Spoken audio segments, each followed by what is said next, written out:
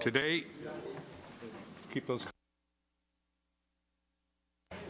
Today we're going to deal with clause-by-clause consideration of Bill C-16. I want to make members aware that we do have officials in the room.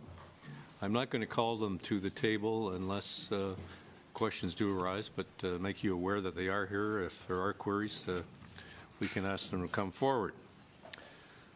So moving ahead, is it agreed that the committee proceed to clause-by-clause consideration of Bill C-16, an act to amend the Canadian Human Rights Act and the Criminal Code? Agreed.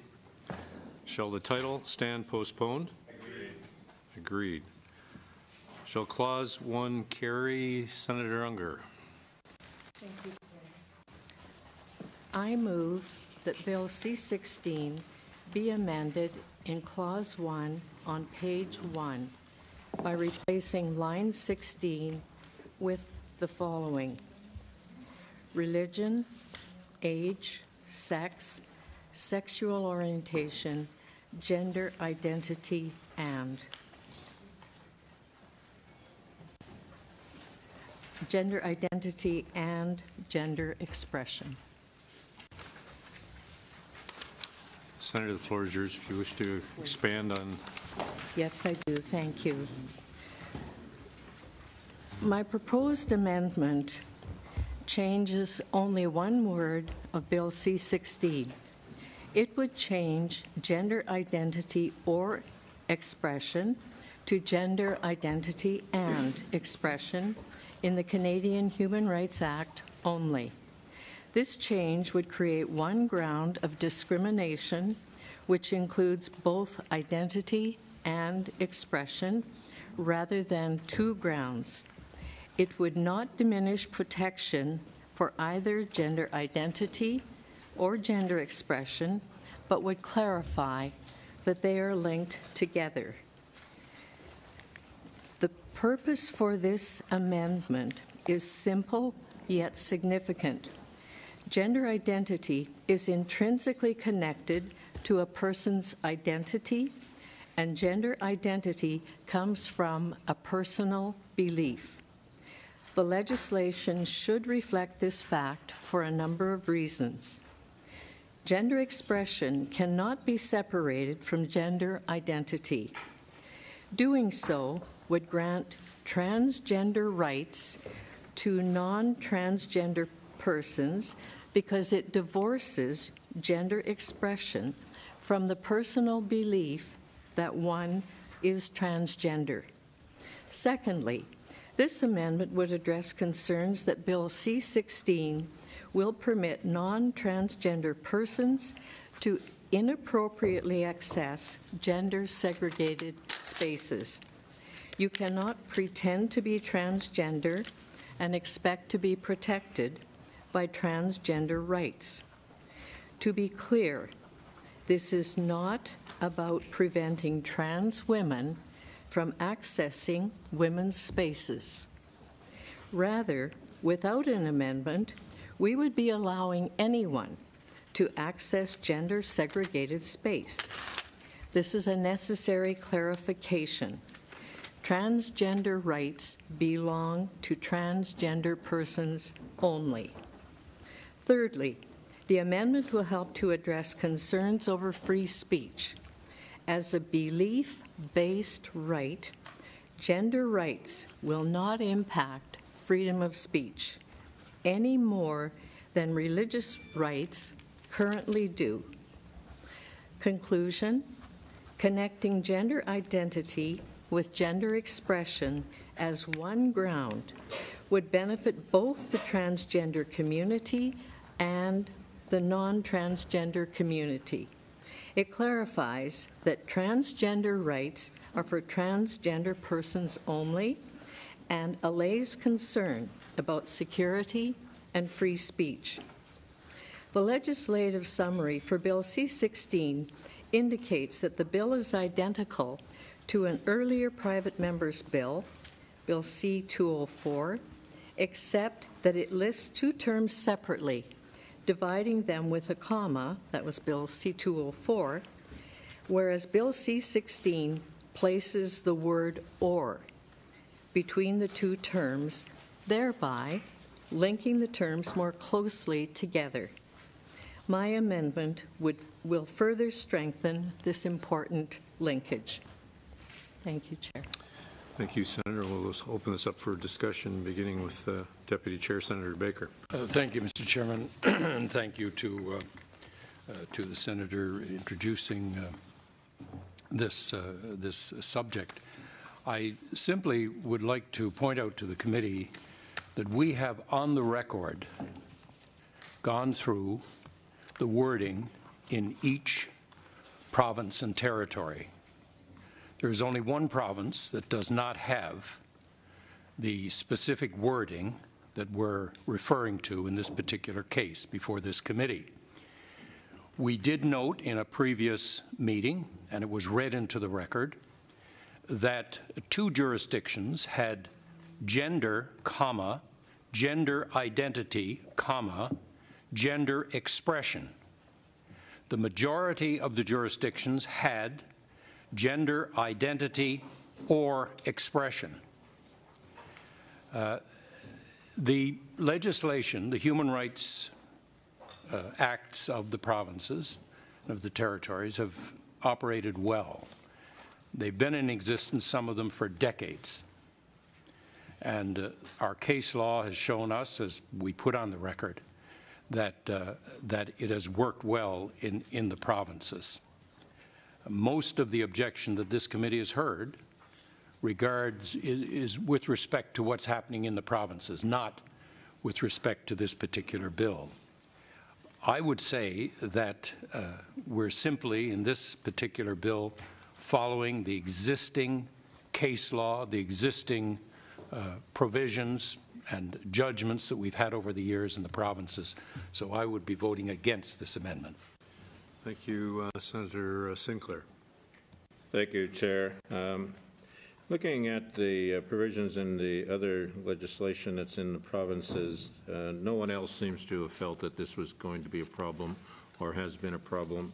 Those laws have been in place now for a number of years, and this particular attempt to tie the two together of a gender identity and expression through this amendment is not only unnecessary, but it's going to create confusion. It will create inconsistency in the law, and it will, I think, result in people being able to get away with nefarious acts of discrimination against trans people, because you can discriminate, therefore, against a person on the basis of gender identity without expression by virtue of your amendment. Because if you can't prove that it was both identity and expression that led to the act of discrimination or to the criminal act, then the provision is not protective at all of trans people. So I would speak against the amendment because the intention behind it is not going to result in any clarity with regard to the law. In fact, I think it's going to create more confusion, and in fact, as well, is going to result in more difficulty in being able to make findings of discrimination, as well as to make findings that the criminal code requires in order for this to be considered as an appropriate factor in sentencing. So I think that while you might feel, Senator, that this is somehow going to make things a little clearer, I don't think it's going to do that at all. The statement that you make that gender expression cannot be separated from gender identity is totally contrary to the evidence as well, that you can have gender identity without gender expression, depending upon the circumstances of the situation, and vice versa. You can have gender expression without necessarily there being any clarity around the issue of gender identity. The important thing is that what's in the mind of the person who is being charged with or accused of discrimination or has been convicted of a criminal offense against a trans person, and what it was that motivated them. And in this particular case, by virtue of your amendment, the prosecutor would have to prove that they were motivated by both gender identity and gender expression, and that simply is bad law. So I would vote against it. Senator Batters. In response to the previous two senators, Baker and Sinclair, I would just simply point out that there are certain provinces that do not have gender expression in their particular laws that they've brought forward on that. They only have gender identity. So there are certain provinces that have both gender identity and gender expression.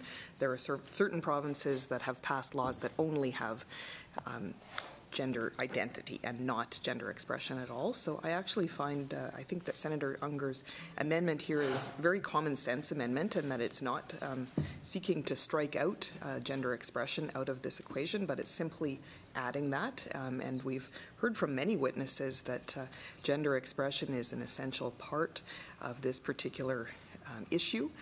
And I also note when I asked the Minister of Justice when she was here to clarify what, referring back to the previous private members bill that we had, which did not include gender expression, only include gender identity. And then I asked the Minister of Justice what adding that particular expression, literally, adding gender expression would add to this particular bill. She didn't really provide a lot of clarification on it, and instead she pointed to previous court rulings and human rights decisions, and of course those were all in place before this particular law was in effect. So I think that this keeps the entire intent of this, and it's a good common sense amendment, so I will certainly be supporting it. Any further discussion surrounding this? Senator Platt. Well, thank you, Chair, and let me just put my 2 cents worth in here.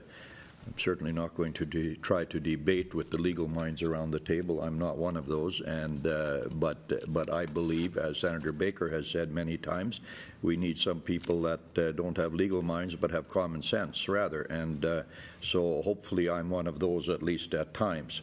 I do want to make reference to what Senator Baker has said, because Senator Baker, literally with every witness here, has used exactly the same argument. The provinces have it, and so there doesn't seem to be any problem, so why can't we just go ahead? Well, the fact of the matter is we heard from witness after witness after witness that there is still problems. And so I'm not sure where we get the idea that everything is good in the provinces. We have heard many witnesses talking about the tremendous high suicide rate. We, of course, have tried to find out from the provinces whether their transgender bills have reduced suicides. Nobody has any statistics. I'm not sure why they wouldn't have those, but they don't. But we have heard from the transgender people, the transgender activists that have been in here, the transgender community, that this is still a problem. There's a lot of suicides. Well, the federal legislation is the smallest portion of this. Most of this is being regulated by the provinces. Of course, all our schools, where all our young people are regulated by the provinces, and yet we have problems. So I kind of dismiss Senator Baker's argument out of hand, because if that's his only argument, that the provinces have it, so we may as well have it here, and it's acceptable for the provinces, so acceptable for us. We should have better legislation. I want to just simply say, as somebody that tries to implement common sense, I think we need more clarity. Now, Justice Sinclair is on the bench, and he says this will be more difficult for judges and prosecutors. Well, we're not trying to adopt a bill here to make life easy for prosecutors and judges. We're trying to make life more acceptable for the transgender community. That's what we're trying to do here. And I certainly support Senator Unger in her comments. I think this is something that will improve the legislation. It will certainly not worsen the legislation, and I think it behooves us. It is our responsibility to try to make this as good as we can. I do not support this legislation, but certainly I do support trying to improve it. And I think this is one way of doing it. So I will be supporting Senator Unger's amendment. Thank you, Senator Dupuy. Merci, Monsieur le Président. Thank you, Chair.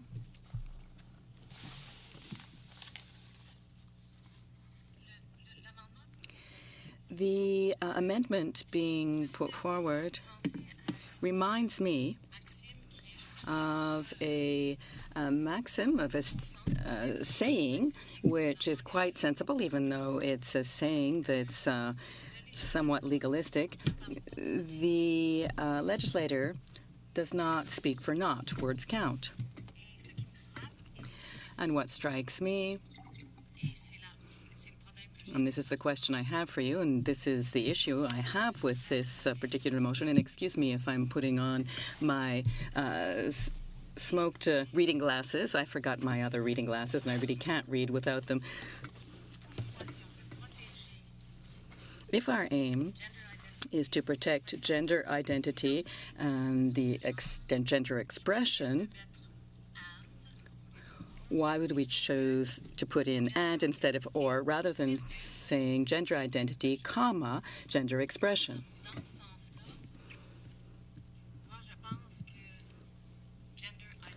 So I believe that gender identity, comma, gender expression really does work well to protect trans rights, and that would solve the problem.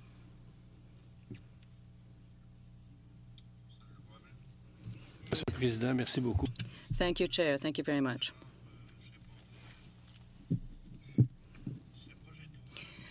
All right, so here's my response. This is a bill which is attempting to protect transgender rights, but it's not necessarily up to scratch. It's not my opinion. Transgender people have come to tell us this. Others have come to say as well that it's a very ambiguous bill. Senator Sinclair, you're quite right. It's already unclear. So suggesting this amendment, which seems quite essential to me, won't make it more ambiguous or uncertain in an expression, but will actually improve things. You weren't here yesterday, many of you at least weren't here when we heard a few witnesses who said, and I find this very troublesome, that this bill, which has a subjective cast, or its interpretation can have a subjective cast, will raise really the number of accusations. That's something that I'm worried about. The other testimony was the women of Quebec, the Femmes du Québec, who told us that this bill may make women less safe. And I think that's a real issue. So I think that Senator Unger's proposal tightens up the wording, making this bill somewhat more supportive of women's safety and will be helpful to legislators. I'm trying to use common sense, as others here try to do as well. We're trying to produce a bill which will improve matters. Throughout these hearings, we have heard that this bill is not going to be improving the lives of transgenders and their situation, but might even make it worse. Nor does it make things clearer for the bench, for justices. It's somewhat confusing already, it seems, and it will be even more confusing. And it may even make women less safe. And I certainly hope that, there are many of us who are women here around the table, perhaps even in the majority women, and I hope that this is something that we will take to heart. Because Les Femmes du Québec, the women of Quebec who came to speak to us yesterday, I thought that was very important. They said, look, we're concerned. We don't want to make more victims. We want to protect people from discrimination. And this bill won't do that. And I'm not saying this. The transgender witnesses we heard said this. So I think that this motion is fully receivable, and I think it will be very helpful. I think the real purpose of this amendment is written in black and white on the document that Senator Unger distributed to senators yesterday. And it is written that rather, without an amendment, we would be allowing anyone to access any gender-segregated space. This is a necessary clarification. So that's the idea here. The idea is that some transgender people are potential aggressors to women. And I think this is pure prejudice. It's not based on facts. Some statistics that were presented to this committee to this effect were shown as non-valid. And because it is based on non-facts and prejudice, I will be voting against this amendment. Any other senator wish to intervene? Senator Joyal? Well, thank you, Mr. Chair. With great respect for Senator Unger, I can't support your amendment, Senator, and I'll explain you why. And I will use non-constitutional terms, if I may say so. You know, the bill addressed two groups of transgender. Persons who claim being transgender on the basis of identity. They feel that, you know, they were born with male genitals or female genitals, but in fact they are of the other sex. And other persons who feels that they are at a point in their life deciding that they identify to another sex, and they adopt that behavior. They dress, they make ups, they walk, they express themselves, they adopt pronoun that would reflect that reality. What your proposal would do is that you would exclude that second group of transgender. So instead of making life more easier for transgender people, in fact, we would exclude a group of them. We would say, if you want to be protected under the Criminal Code and under the Human Rights Act, you have to join both way of being transgender for purposes that you have explained, that some other around the table have explained. Senator Boisvenu has just explained it. But I don't think it is the purpose of what we want to achieve. We want to protect all the transgender here. And we understand the difficulty of it. Nobody would, you know, ignore the practical difficulty that might arise, you know, from reality. But the principle of it would be sound, in my opinion, and it would be for the Human Rights Court, be it federal or provincial, all the provincial or territorial one, to make this distinction and to apply those principles. So that's why I feel that the bill is sound as it is proposed to us, and that's why I will not be voting for your amendment. With apologies, I have great respect for you, Senator, as Senator Platt also, because I think that he makes his argument very forcefully and very convincingly, but I cannot support that amendment, Senator. Senator Ahmedvar. Thank you, Chair. I, too, am not a lawyer, but I hope I have just as much common sense as Senator Platt has. What gives me a hint here is one line above this clause is another phrase. It protects discrimination based on national or ethnic grounds, not national and ethnic grounds. So I take my direction from the use of language that protects on both grounds, not on a combination of the two grounds. And I think we all know what national and ethnic grounds would mean. It would be limiting in its application of law. So I will be voting against the amendment, respectfully. Senator Unger. I just want to say briefly, because I do plan to support this amendment, that I reject the idea that it's bigoted to expect clarity of language in legislation. I find that a very insulting idea. There has been a resistance to provide any definitions for the terms gender expression or gender identity. They're very vague. We heard that over and over again in testimony. And so I think that Senator Unger's amendment provides greater clarity that these two ideas are linked. I heard Senator Sinclair say that they can be separate. Frankly, I don't understand that, and that's the problem. It's not clear to me at all that they can be separate. And so to tie them together, I think is helpful for clarity, and that's what I think Senator Unger is here to try and achieve. I don't think that makes those of us who think that that's a good idea bigots. Thank you. Thank you. Senator Batters, you wish to Yeah, just to briefly follow up on that, to completely agree with what Senator Frum just said, and the lack of definition. This is why, with several different legal witnesses, including the Minister of Justice, I've been trying to ascertain, and others have been too, exactly what gender expression adds to this particular bill that gender identity itself does not.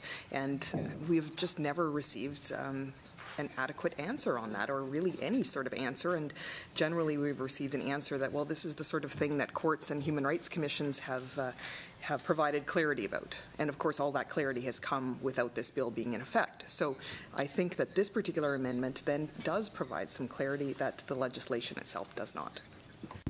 Senator Fraser. On the matter of clarity of language, it seems to me that both formulations are actually clear. It's just that Senator Unger's formulation would narrow the application of this bill, which is why I would not support it.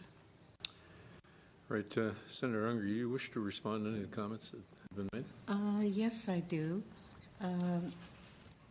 The intent, excuse me, the intent of my amendment is to make clear transgender rights belong to transgender people. And we all know that there are many different examples that are used.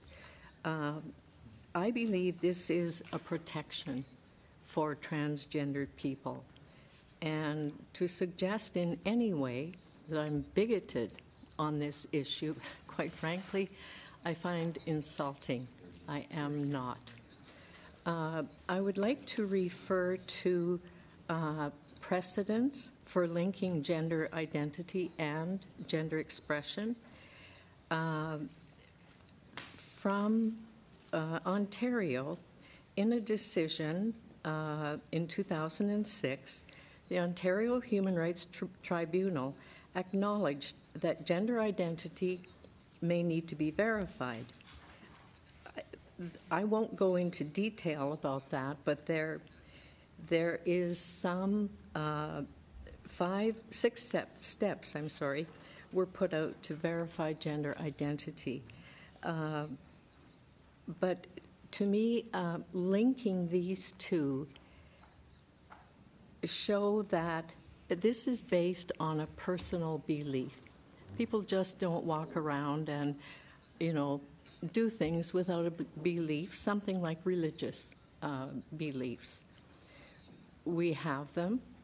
We have the right to have them, but we cannot force them on other people. So this is a personal belief from which comes the gender identity belief and then gender expression. And I do not believe that this amendment will, I believe they should be linked so that it's one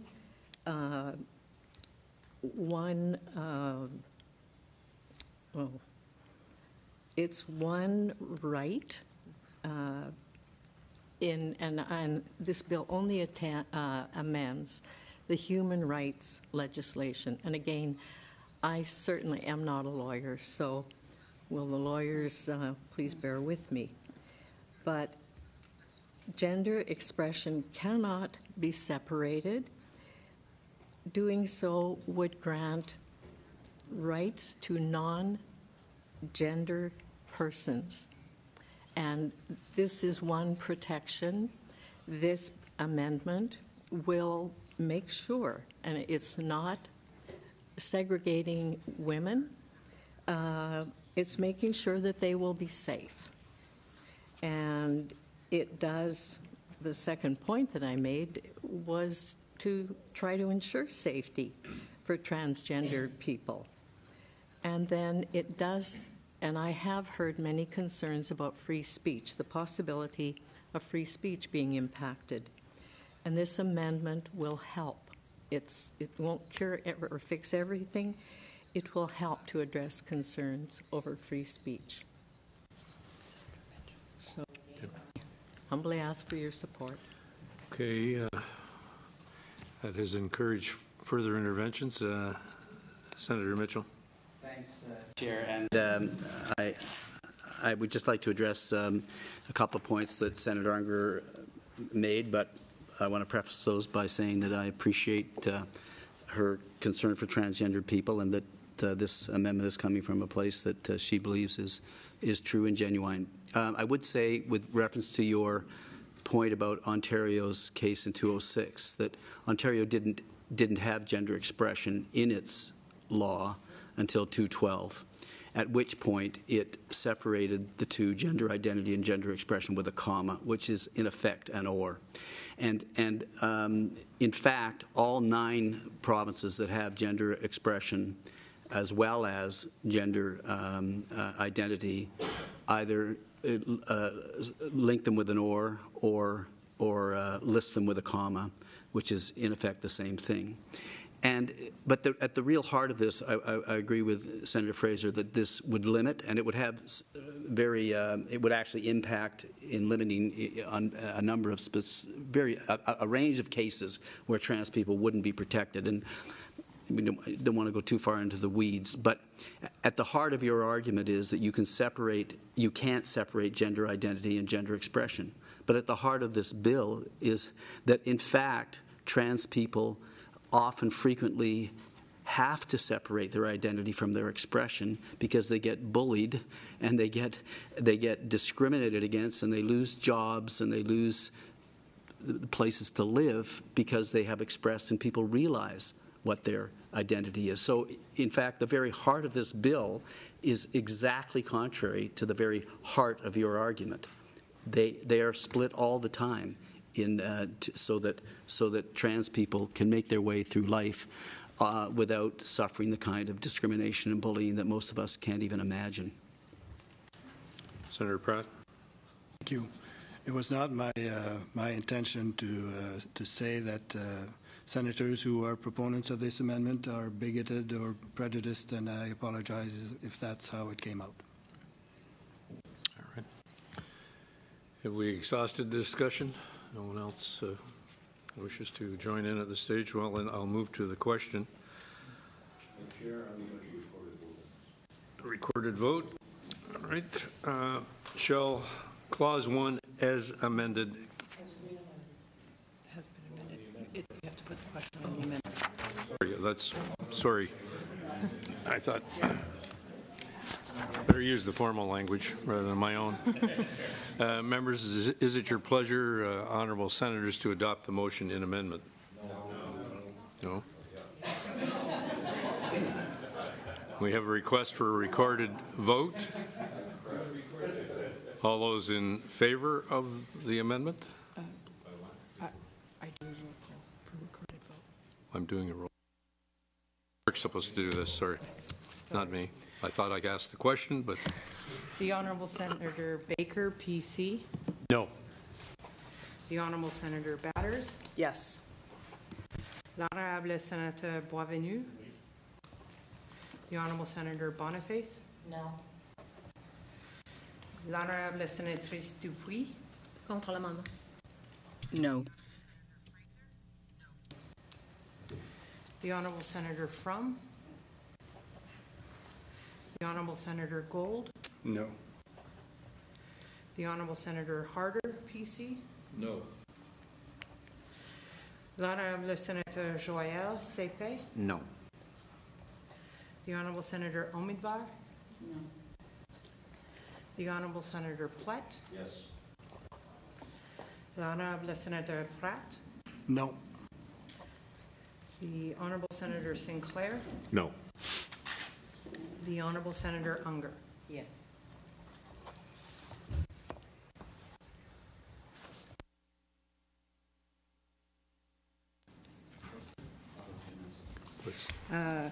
Four, pour, 5, 5, against, contre, 10, 10. I declare the motion and amendment defeated. Senator Mitchell. Chair, thank you. I'd just like to make a point of order. Some may wonder why I'm not voting, and it's because I'm not an official member of this committee. Thank you. Okay. Shall Clause 1 carry? No. On division? Shall Clause 2 carry? No. On division? Shall Clause 3 carry? Carried. On division? Shall Clause 4 carry? Carried. On division? Shall the title carry? On division? Shall the bill carry? Chair, I would like Recorded vote requested. The Honourable Senator Baker, PC. Yes. The Honourable Senator Batters. No. Honourable Senator Boisvenu. Yes. The Honourable Senator Boniface. Yes. The Honourable Senatrice Dupuis. Oui. The Honourable Senator Fraser. Yes. The Honourable Senator Frum. Yes. The Honourable Senator Gold. Yes. The Honourable Senator Harder, PC. Yes. The Honourable Senator Joël Sepe. Yes. The Honourable Senator Omidvar. Yes. The Honourable Senator Platt. The Honourable Senator Pratt. Yes. The Honourable Senator Sinclair. Yes. The Honourable Senator Unger.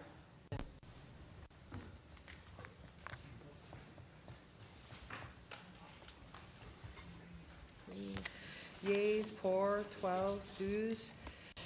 Nays contre 3, 3. The bill carries. Does the committee wish to consider appending observations to the report? Senator Platt? I think observations can be done in camera. Is that correct? You wish to move into camera? Yes, please. All right. We'll have to suspend and allow some folks to depart the room who should not be here.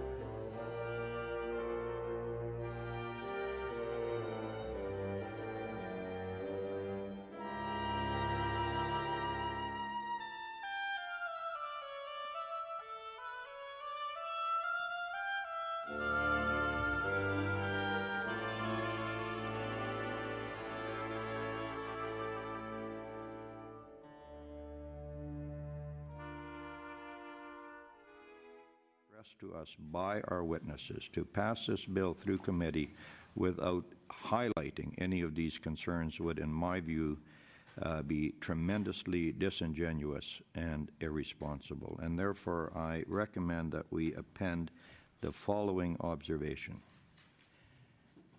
The committee heard from witnesses who raised serious concerns regarding future interpretations of this legislation by the Canadian Human Rights Commission, specifically with respect to the compelling of gender-neutral speech from persons who may or may not subscribe to this particular theory of gender. Conversation, discussion surrounding that. Senator Baker? Yes, sir. Mr. Chair, Senators, while I agree upon examination, I agree with that the House of Commons did not, in fact, examine this legislation as they should have.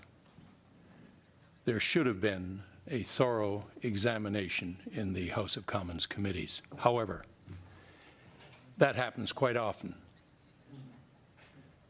In fact, we're at a point where we may soon be dealing with legislation that was deemed to have been read a second time, deemed to have passed committee, deemed to have been read a third time. And so it falls to the Senate. The expression of opinion by one or two witnesses, or 3 or 4 witnesses before the committee, and not an overwhelming majority of witnesses. But even if that were the case, our procedures allow our courts and our tribunals to examine the record. And that's what they do. That's why the Senate committees are quoted 7 times more than the House of Commons committees in case law in this country. And that's the reason for it, and that's the reason for this official committee hearing that's on the record, that will be examined by the courts as this legislation is dealt with, because that is the role of the Senate, to give interpretation to the legislation and to allow then the courts and lawyers to examine the record to see what the interpretation should be for particular words in the legislation. So, having said that, I don't agree with attaching an observation worded as Senator Plett has worded the observation. I think the record speaks for itself, and the record will go to the meaning of the phrases and words in the legislation that will be dealt with by Human Rights Tribunal and by our courts and other tribunals. So I would be opposed to attaching that recommendation, that observation. In fact, I would go so far as to say that I can't see any need for any observations at all, except perhaps to point out that the House of Commons didn't really do the job that they should have done on the legislation, but I would pass on that. Senator Sinclair. Thank you, Chair, and thank you, Senator Plett, for the suggestion. I want to indicate that I didn't find the comment particularly helpful, other than perhaps its potential use by others as an indication that we're somehow giving legitimacy to those concerns that were expressed in that way to us.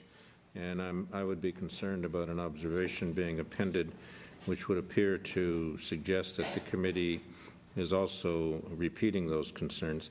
So I wouldn't support the observation as it has been proposed. I would be prepared to suggest an amendment if that's conceivable, if there is a wish on the part of committee members to consider an observation. And my addendum to that comment would be to the effect that the committee was of the view that the concerns that were expressed, while strongly and legitimately held, were not well-founded and, in fact, were contrary to the intention of the bill. That would be my suggested amendment to any observation like that. But I would actually encourage us not to append an observation. Senator.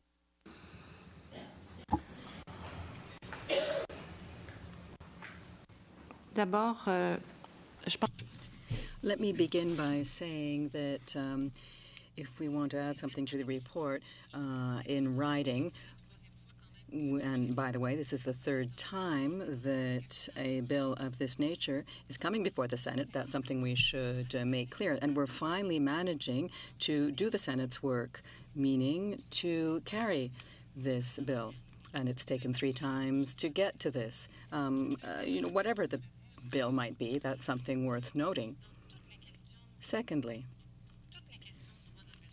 all issues surrounding human rights, of course, are highly complex,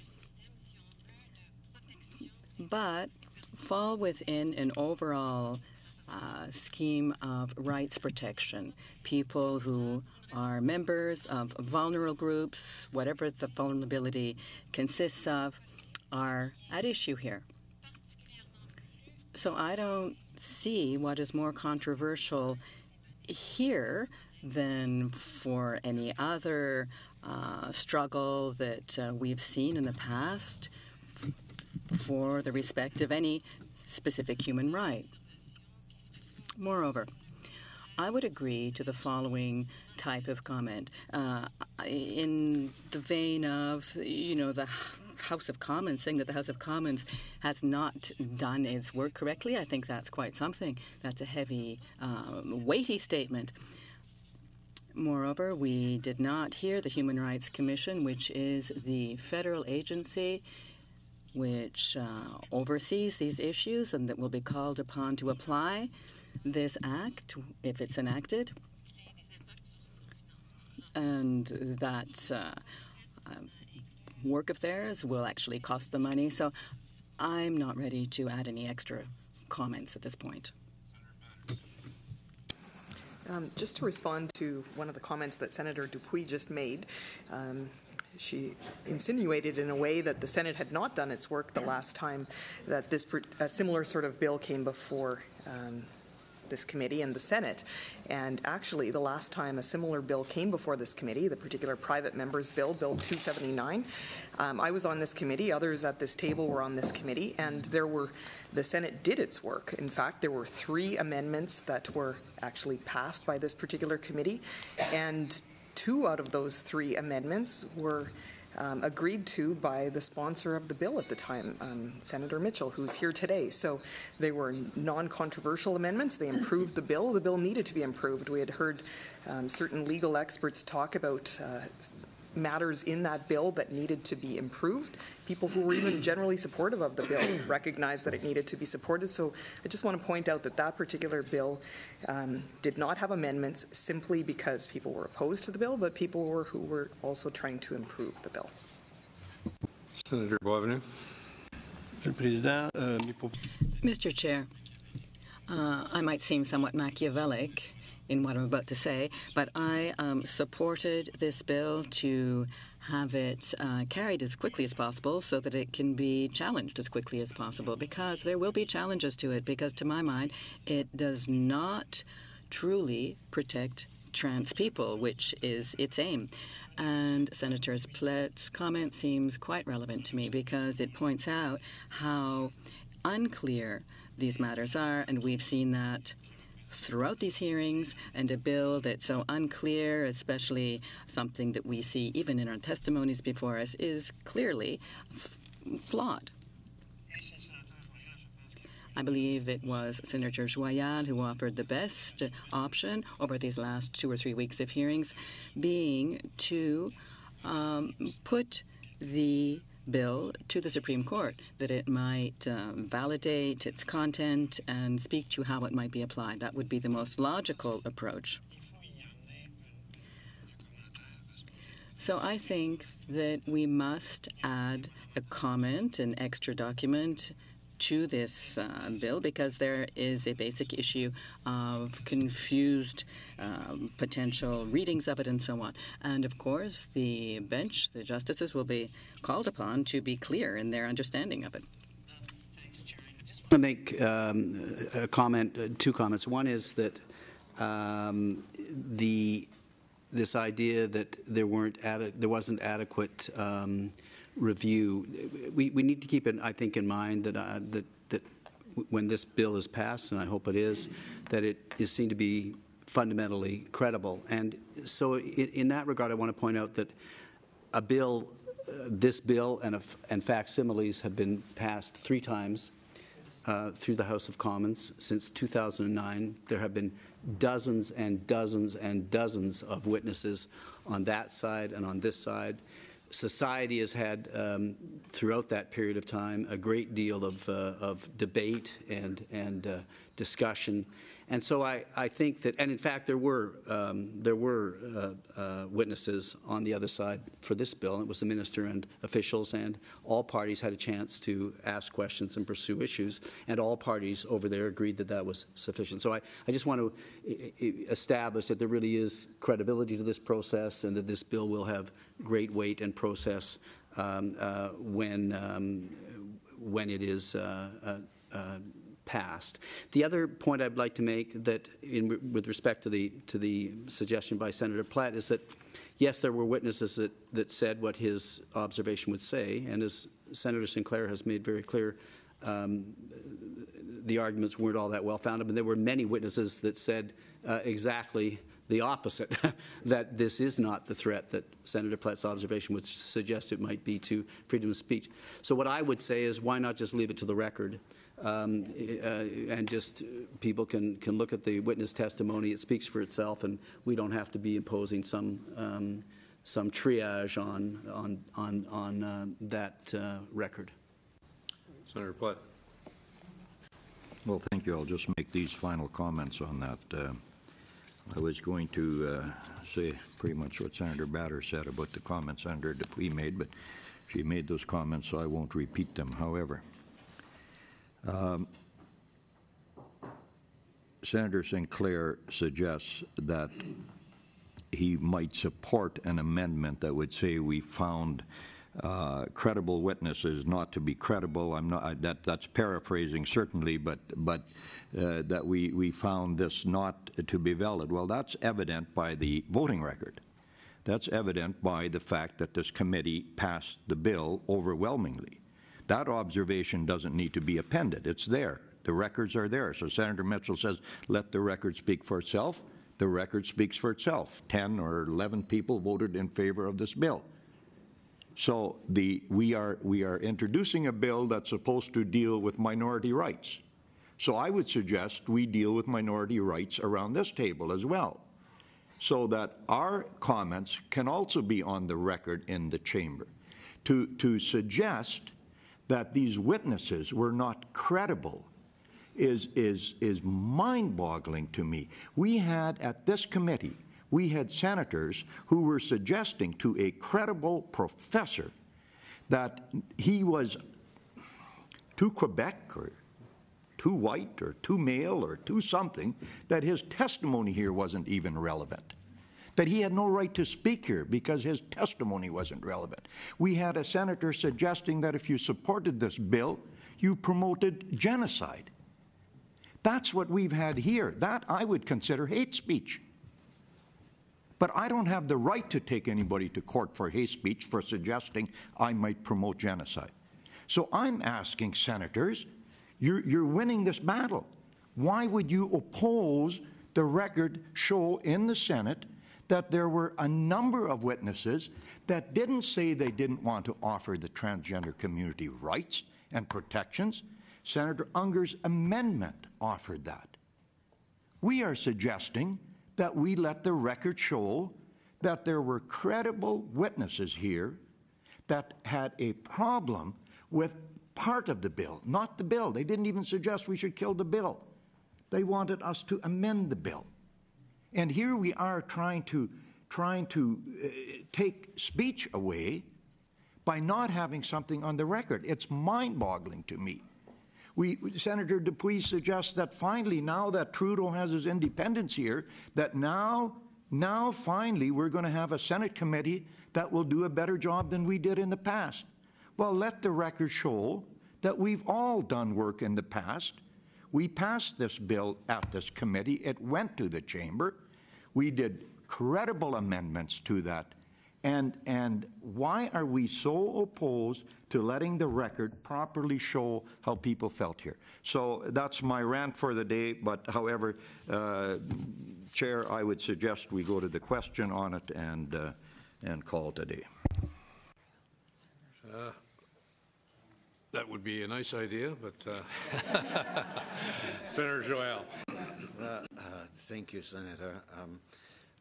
You know, with the greatest respect, and I should say committee with Senator Platt,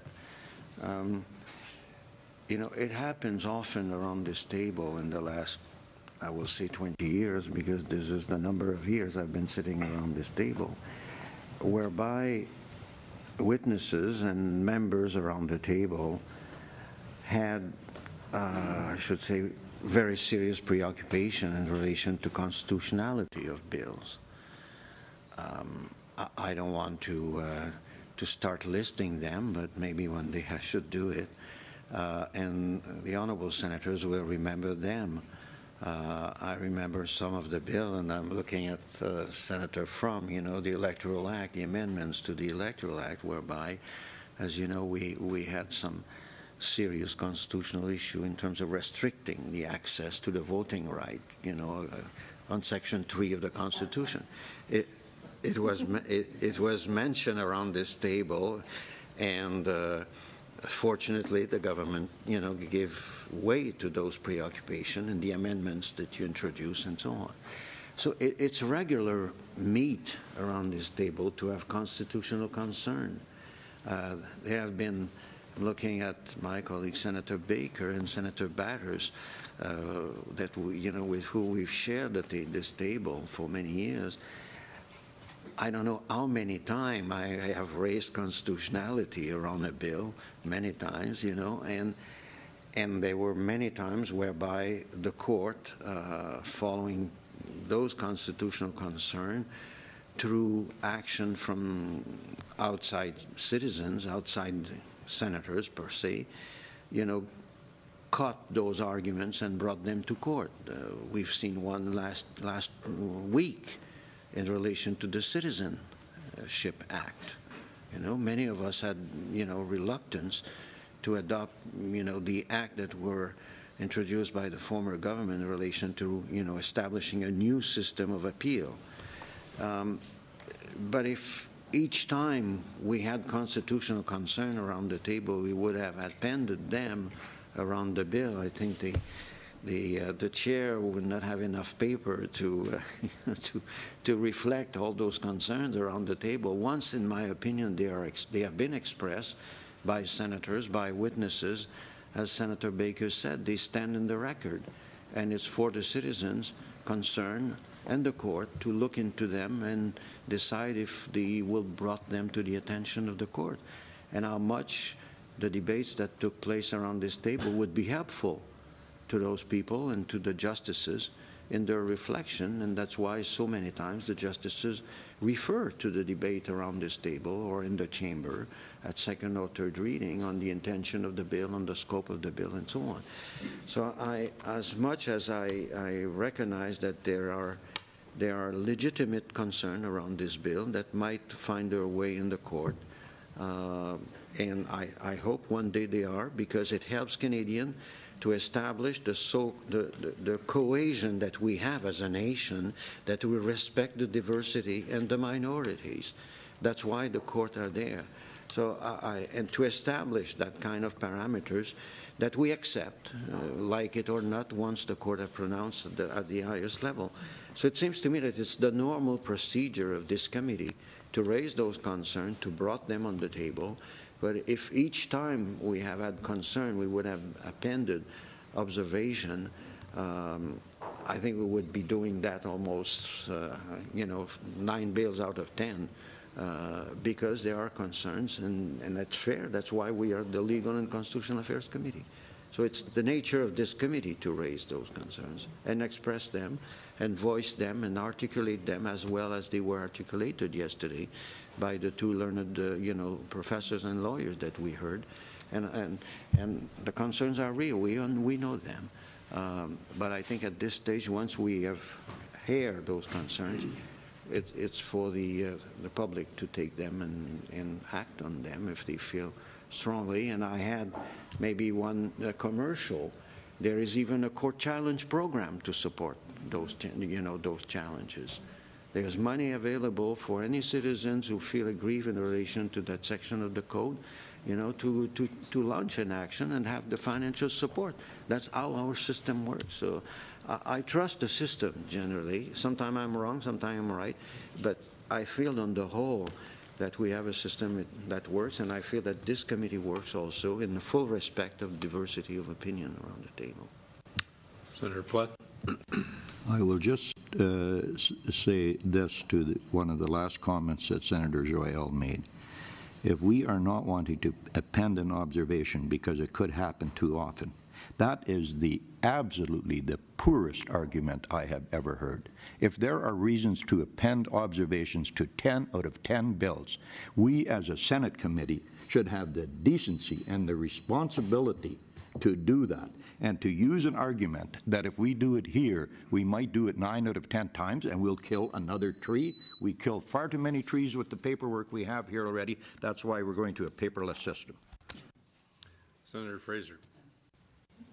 I actually like paper.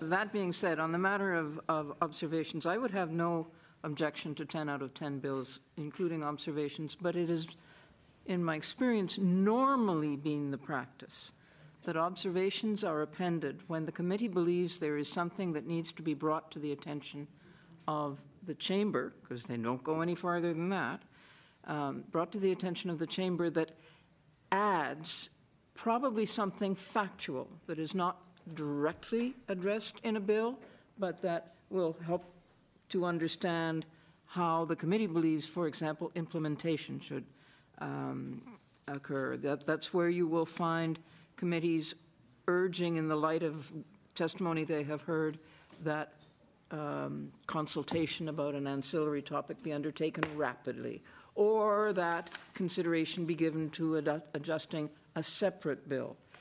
Not normally do we find observations simply saying some witnesses said X.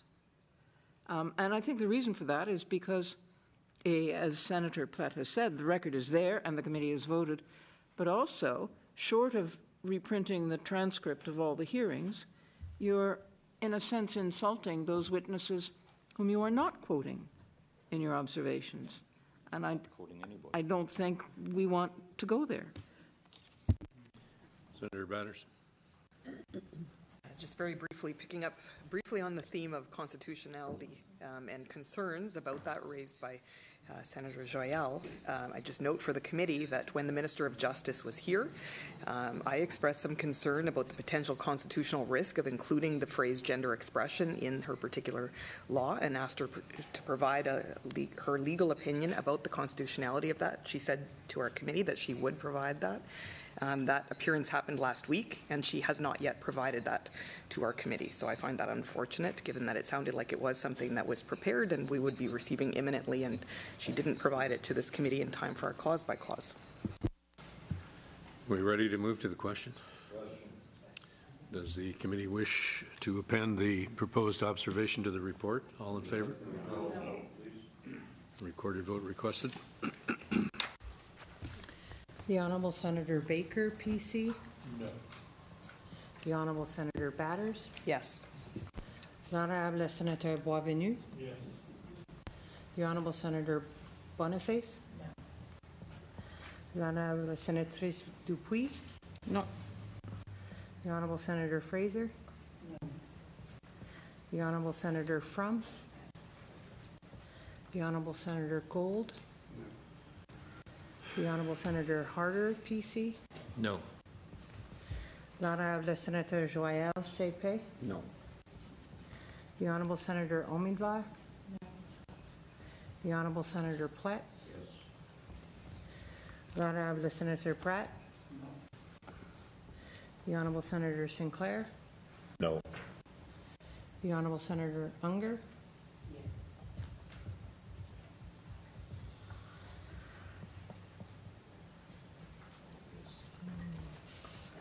Four, 5, 5. Against, contra, 10, 10. Motion is lost. Is it agreed that I report this bill to the Senate? Agreed. That completes our business for the day. Meeting adjourned.